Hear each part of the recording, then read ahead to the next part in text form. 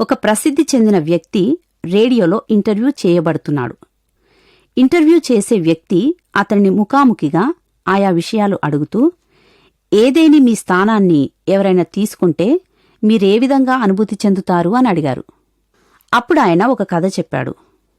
నేను కొంచెం కూడా బాధపడను, ఎందుకంటే ఒక భవనం నిర్మించబడుతూ ఉన్నప్పుడు దృఢంగా నిర్మించబడడానికి పరంజీ రంధ్రాలలో పెట్టడానికి పైన్ కర్రలను అమరుస్తారు. వాటిపై నిలబడి ఇటుకలను అందిస్తూ ఉండగా భవనం ఎత్తు పెరుగుతుంది. నిర్మాణం చివరి దశకు చేరుకుంటూ ఉన్నప్పుడు కింద నుండి రంగులద్దుతూ నెమ్మదిగా కర్రలను తొలగిస్తారు.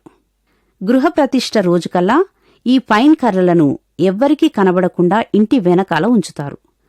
అతిథులను ఆహ్వానించుటకు అరటి చెట్టు ముందుంచబడుతుంది. అప్పుడు ఘనత అంతా అతిథులను ఆహ్వానించే అరటి చెట్టుకు దక్కుతుంది. ఇంకొక సత్యం తెలుసా? ఆ అరటి చెట్టు 3 రోజులు మాత్రమే మన్నుతుంది. పశువులు దాన్ని చీల్చి చెండాడుతాయి. పిల్లలు కూడా దానితో ఆటలాడుతారు. చివరికి దాని ముగింపు చెత్తకుండి. ఇక ఈ పైన్ కర్రలున్నాయి చూడండి, చెరగని చిరునవ్వుతో అలా రోజులకు రోజులు నిలబడే ఉంటాయి. ఇంకో భవన నిర్మాణం కొరకు అలా ఎదురుచూస్తూ ఉంటాయి. మనం అరటి చెట్లం కాదు, పైన్ వృక్షాలం.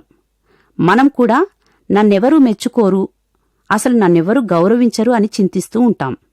అయితే చింతించవద్దు. దేవుడు మనలను చూస్తున్నాడు. మనం మనకివ్వబడిన పనిని నమ్మకంగా చేస్తే ఆయన మన పనిని తన పరిగణలోనికి తీసుకుంటాడు. ఆయన తగిన సమయంలో గుర్తించి బహుమతి ఇస్తాడు.